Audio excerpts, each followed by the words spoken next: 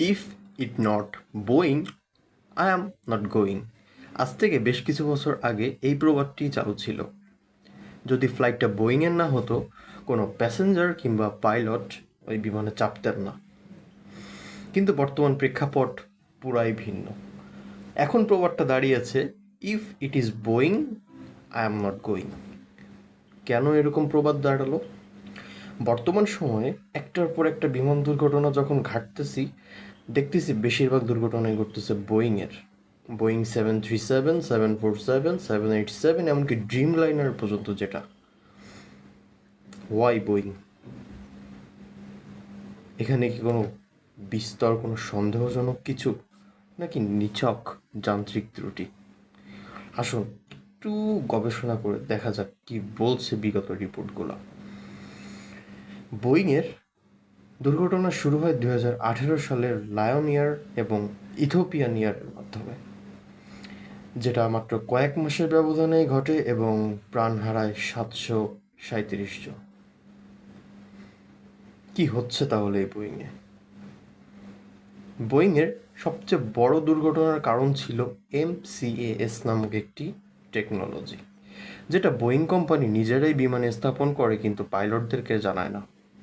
তারা চিন্তা করে এটি একটি স্বয়ংক্রিয় পদ্ধতি, যেটা বিমানের নোজ ডাউন মানে বিমানের নাক যখন নিচে নেমে যাবে, এটা অটোমেটিকলি বিমানের নাকটা উপরে উঠিয়ে দেবে। সো পাইলটরা যখন আকাশে বোয়িং নিয়ে উঠতো, তখন দেখতো বিমানের নাকটা অটোমেটিকলি উঁচু হচ্ছে এবং তারা সেটাকে ব্যালেন্স রাখার চেষ্টা করতো, যার ফলশ্রুতিতে অনেক সময় অনেক দুর্ঘটনা ঘটে যেত। এবং বোয়িংয়ের সবচেয়ে বড় পতনের পিছনে রয়েছে প্রফিটের প্রতি লোভ। বোয়িং যখন আগের নিজস্ব কোম্পানি ছিল, তখন তার ইঞ্জিনিয়ার ছিল বোয়িংয়ের নিজস্ব ইঞ্জিনিয়ার।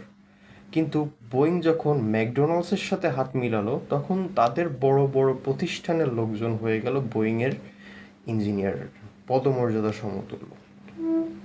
যার ফলশ্রুতিতে বোয়িংয়ের কি হলো, প্রোডাকশন ঠিকই বাড়লো কিন্তু সেফটি বিষয় একটা কমে আসলো। এই জন্যই একটার পর একটা দুর্ঘটনা ঘটতে লাগলো। এই 2024 সালের কথাই ধরেন, অ্যালাস্কা এয়ার মাঝ আকাশে হঠাৎ করে বিমানের দরজা খুলে পড়ে গেল 16,000 ফুট নিচে।